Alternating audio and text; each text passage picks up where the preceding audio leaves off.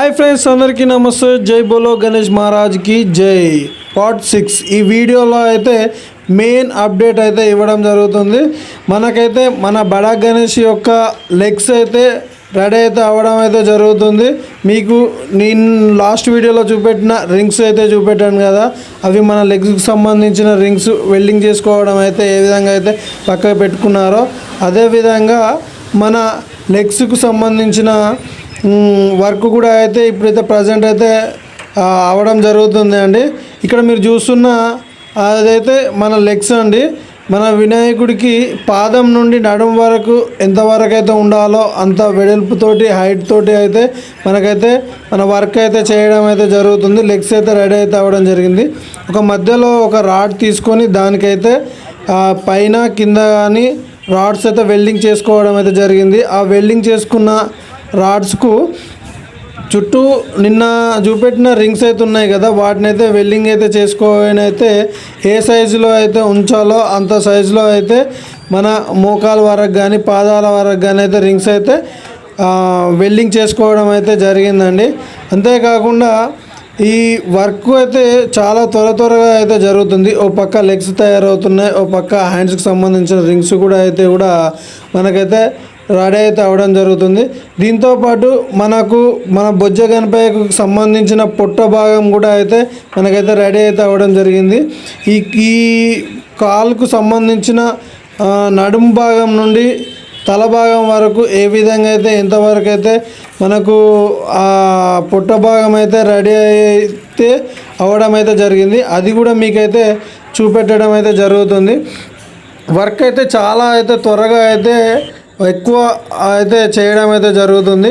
మీరు ఇప్పుడు చూస్తున్న అయితే కింది భాగంలో ఉన్న లెఫ్ట్ లెగ్ అండి. పైన మీకు ఇంకొక లెగ్ అయితే అవబడుతుంది, అదైతే రైట్ లెగ్. మీకు 2 లెగ్లు అయితే మ్యాక్సిమం ఈ రోజు వరకు అయితే కంప్లీట్ అయితే అవ్వడం జరుగుతుంది. దీని తర్వాత స్వామివారికి కావాల్సిన పాదాలు అయితే రెడీ అయితే చేయడం జరుగుతుంది. అంతేకాకుండా హ్యాండ్స్ కూడా అయితే చేయడం జరుగుతుంది. మొత్తం ఈ ఐరన్ రాడ్స్ తోటి మొత్తం కంప్లీట్ అయితే వెల్డింగ్ వర్క్ చేసుకున్న తర్వాత అయితే మన స్వామివారికి మెయిన్ పోల్ అవుతుంది కదా, ఆ మెయిన్ పోల్కి సంబంధించి ఇవి అయితే యాడ్ అయితే చేసి వెల్డింగ్ వర్క్ అయితే చేయడం జరుగుతుంది. ఇక్కడైతే రింగ్స్ అయితే మీకు చూపెట్టాను కదా లాస్ట్ వీడియోలో, అదేవిధంగా ఇక్కడ రింగ్స్ అయితే చేస్తూ ఉన్నారు.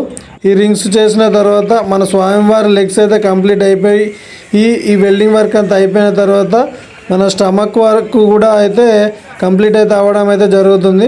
అది కూడా మీకైతే ఇప్పుడైతే చూపెట్టడం జరుగుతూ ఉంది. వర్షం పడినా కానీ గాలి దుమారాలు వచ్చినా కానీ ఎటువంటి ప్రాబ్లం కాకుండా ఉండడంకైతే స్ట్రాంగ్ ఐరన్ వర్క్ అయితే చేయడం అయితే జరుగుతుందండి. అంతేకాకుండా ఎక్కువ చిన్న మిస్టేక్ కూడా జరగకుండా అయితే ఐరన్ వర్క్ అయితే ఫాస్ట్గా అయితే చేయడం జరుగుతుంది. అంతేకాకుండా మన స్వామివారి వర్క్ జరుగుతున్న పక్కనే స్వామివారి డొనేషన్ పర్పస్లో అయితే ఒక షెడ్ అయితే వేయడం జరుగుతుంది.